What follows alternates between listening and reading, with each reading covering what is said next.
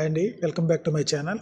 మీరు యూరోప్లో ఆల్రెడీ ఉండి లేదా యూరోప్ ఏదో ఒక దేశం వెళ్ళి 29 దేశాల్లో ఏదో ఒక దేశంలో అఫీషియల్గా వర్క్ పర్మిట్తో వెళ్ళి అక్కడ నుంచి ఇంకో దేశం మీరు వెళ్ళాలి అనుకుంటే యూరోప్ యూనియన్ మీకు రూల్స్ సడలించింది. ఏంటంటే మీరు ఇప్పుడు అనుకుందాం, మీరు యుక్రెయిన్లో ఉన్నారు, లేదా పోర్చుగల్లో ఉన్నారు, లేదా ఇంకేదైనా దేశంలో ఉన్నారు. అక్కడ నుంచి మీరు లక్సంబర్గ్ వెళ్ళాలనుకుంటున్నారు, జర్మనీ వెళ్ళాలనుకుంటున్నారు. మీరు వెళ్ళొచ్చు.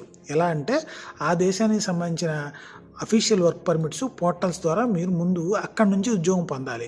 పొందిన తర్వాత మీరు అఫీషియల్గా వెళ్ళొచ్చు. లక్సంబర్గ్ అయితే స్పెషల్ కేటగిరీస్ ఉన్నాయి.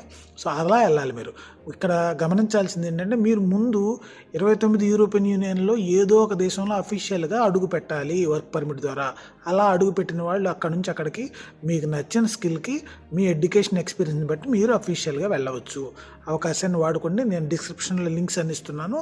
ఏమైనా అవసరాలు ఉంటే నాకు కాంటాక్ట్ చేయండి. All the best. Thank you.